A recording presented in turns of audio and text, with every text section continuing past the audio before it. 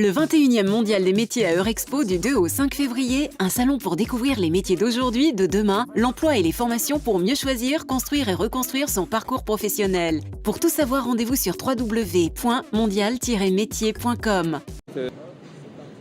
Au Mondial des métiers en 2017, nous rencontrons Pierre Lecroiset qui va nous parler de l'Union des métiers de l'industrie et de l'hôtellerie et qui va nous parler de quelque chose d'important, c'est comment on peut créer des cadres déjà de bon niveau dans le domaine de l'hôtellerie avec des BTS et des brevets professionnels de nouvelles formules qui sont possibles maintenant dans la région Rhône-Alpes. Oui, tout à fait. Les BTS c'est un peu classique, mais c'est vrai que on n'y pense pas forcément en sortant de bac. Le problème, c'est que nous, on a un BTS qui va se faire en 3 ans, puisque les jeunes qui sortent de la filière générale ont besoin d'une remise à niveau dans les domaines professionnels. Donc oui. On a une première année de remise à niveau. Et puis après, le choix entre les 3 filières de BTS qui sont la cuisine, le service, la commercialisation et la gestion des établissements. Mais ça, disons que c'est une filière un petit peu classique qui s'innove, qui se développe quand même pas mal. Et puis la deuxième chose, c'est que possibilité de ce brevet professionnel sur un cycle court, là, puisqu'on est en 2 ans, nous ouvre vraiment des débouchés pour les jeunes.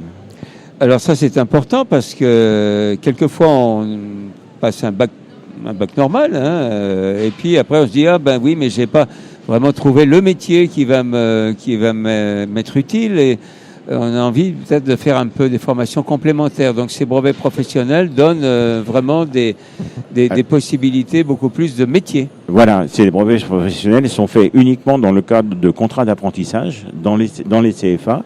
Donc sur 2 années, une première année où on prépare un CAP et la deuxième année où on prépare le brevet professionnel. Parce qu'il faut savoir que le brevet professionnel ne peut se passer que si on a acquis le CAP de base. Voilà, oui.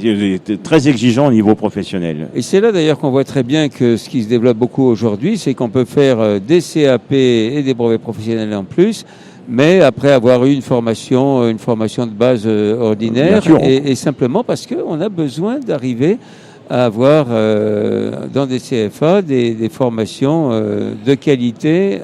Oui, c'est vrai et professionnelles. Contrairement à ce que ce fut l'apprentissage de quelques années, ça n'est pas que les gens qui n'ont que des difficultés. L'apprentissage, ça doit être ouvert à des gens qui au contraire ont envie de progresser, de faire quelque chose de leurs mains, parce que c'est souvent des métiers manuels, mais l'intelligence des mains est très importante quand même. Il faut savoir la développer. Alors c'est dans région Rhône-Alpes et Rhône-Alpes-Auvergne maintenant, bien des CFA où on peut réaliser ces brevets professionnels, donc CAP plus brevet professionnel, il y en a beaucoup. Oui, il y en a plusieurs dans chaque département. On en a sur Lyon, bien sûr. On en a Dardilly, on a en Savoie le lycée de Croisy, on a sur Saint-Étienne le CFA du Renouveau, on en a un à Clermont-Ferrand, on doit en avoir un également à Roanne, le CFA de Mably, on en a dans l'Ain, le CECOF d'Ambérieux, enfin on en a vraiment partout. Beaucoup de possibilités qui soient pas très très loin finalement des domiciles des jeunes qui s'y lancent.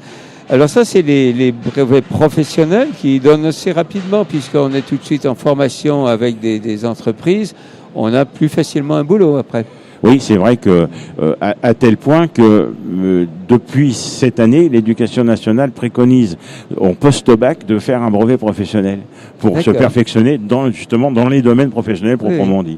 C'est une manière finalement de s'apercevoir que les brevets professionnels, c'est ouvert à tout le monde et que il y a pas de connexion à avoir avec les uns qui iraient. Mais c'est un diplôme qui est très reconnu par la profession. Voilà. C'est très valorisant pour la profession. Et du boulot à la sortie. Oui. Et puis il y a aussi des BTS qui se développent dans ces domaines post-bac aussi. Alors c'est vrai que le BTS a l'avantage de pouvoir prévoir pour le jeune de rentrer plutôt dans le management des établissements derrière, ça permet il y a une partie gestion qui est très importante dans les BTS, donc on peut prévoir une évolution plus dans le management que dans la production culinaire ou le service proprement dit. D'accord, mais alors il y a quand même des BTS qui travaillent sur le service ou sur la cuisine et des BTS de gestion. Oui, il y a 3 filières BTS pour les post-bac au bout de l'année de remise à niveau professionnel, on choisit sa branche entre le service, la cuisine et la gestion proprement dit. Il y a des gens qui ne font que de la gestion,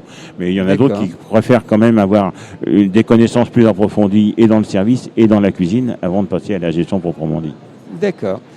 Et donc là, c'est pareil. Après ces BTS, vous avez des entreprises qui plus facilement prennent vos étudiants. On va dire que les BTS sont recrutés principalement dans les entreprises entre 20 et 50 personnes. C'est le niveau d'entreprise qui recrute le plus. Malheureusement, dans notre métier, on a beaucoup de petites entreprises de moins de 50 employés. Et ces patrons ont un petit peu peur de prendre des diplômés en se disant j'ai qu'un petit établissement. Et j'ai qu'un petit établissement. Oui. Je ne vais pas lui donner le travail qui correspond à sa qualification. Vous voyez, il est là le problème. Oui. Et c'est un peu faux parce que embaucher quelqu'un qui est un vrai professionnel de la salle ferait un plus pour le restaurant, même si c'est un petit établissement. Et puis on est quand même dans une région Rhône-Alpes et maintenant Rhône-Alpes-Auvergne où dans le monde de l'hôtellerie et de la restauration, il y a quand même de grosses entreprises. C'est vraiment très. On est le deuxième secteur touristique de France après Paris. Donc on est devant la Côte d'Azur, donc c'est assez surprenant, mais c'est comme ça parce qu'on a le tourisme d'hiver, on a le tourisme d'été. Donc on a vraiment un secteur touristique qui est très important. En plus, on a tous touristes industriels qui est très important.